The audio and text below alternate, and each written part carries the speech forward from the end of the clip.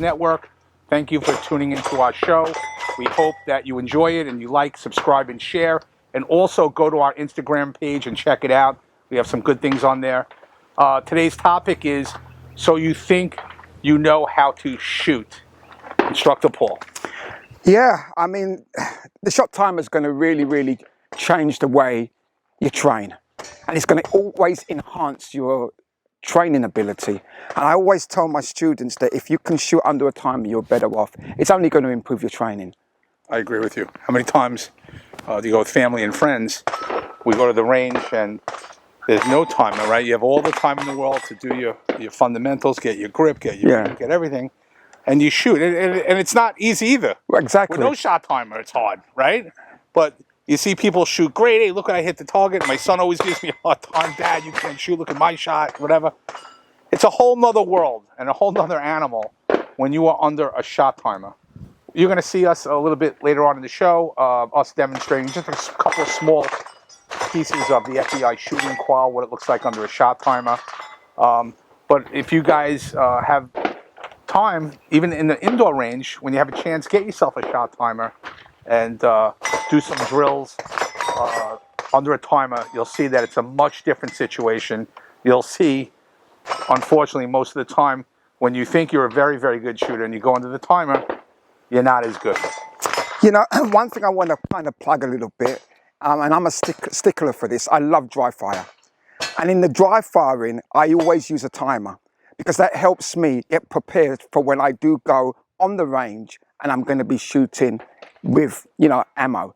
So the short timer is a very good piece of equipment to have. They're very inexpensive. Okay, so you can use that and just practice at home, dry firing under time. And that's what I always tell people. One thing that I will tell you though, when you first start it, try not to focus too much on that noise. Get your fundamentals, take your time. And the more you do it, the easier it becomes and the quicker eventually you will be. But a lot of people, they make the mistake, Todd, of trying to draw very quickly under the timer and they're all over the place. And they're sacrificing their accuracy to hit the time. Okay. Go slow. It's okay to have the timer, you've missed the time, but you're shooting accurately, right? And you'll eventually get there. As you keep practicing with the timer, you'll learn your cadence. And, it's difficult learning the cadence if you're doing something in 6 seconds, right? How much time you're managing a second and a half. But you'll eventually get there. Start off slow. It's okay to miss the timer, but do it under a timer. And one of the reasons why you shoot under a shot timer, because if you're ever defending yourself in a real life situation, that's a stressor. You want to be able to draw lightning fast.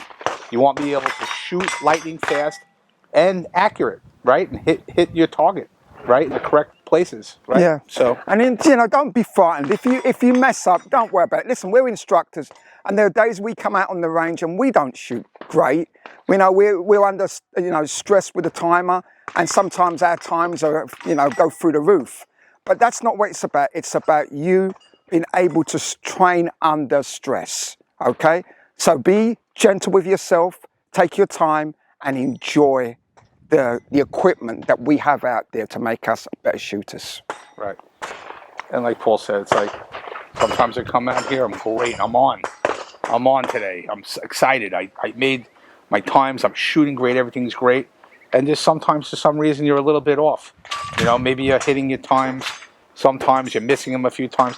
This is hard. This is really hard to do this. It takes time. You get a few drills, you work on them, you work on getting your time down. This is not easy, shooting accurate, and it just takes a lot of practice and a lot of time. Today, Paul and I are going to demonstrate just one small section of the FBI shooting qual. It's going to be 3 rounds with your dominant hand, 3 rounds in your support hand, all in 6 seconds.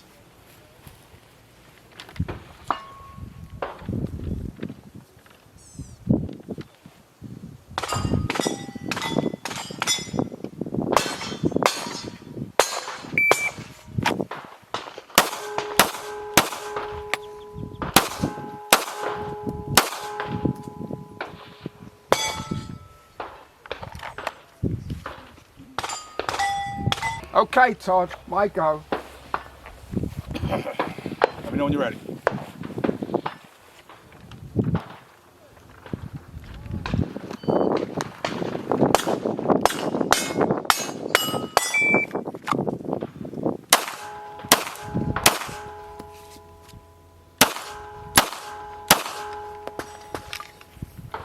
What was it? Paul and I are going to also demonstrate another small portion of the FBI shooting qual. It's 4 rounds in an emergency reload and another 4 rounds all in 8 seconds.